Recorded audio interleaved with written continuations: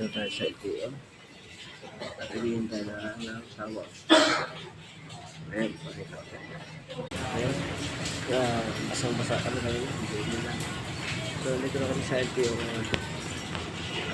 Kamaya pa ang tawag. Siguro.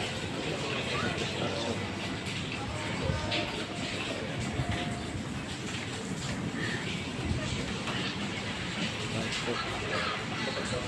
Nakapantay natin po ano resulta kung magkano ang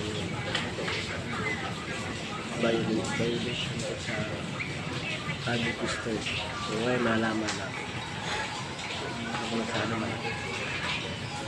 Ayun, good morning, magandang umaga. Kasama ko ang asawa.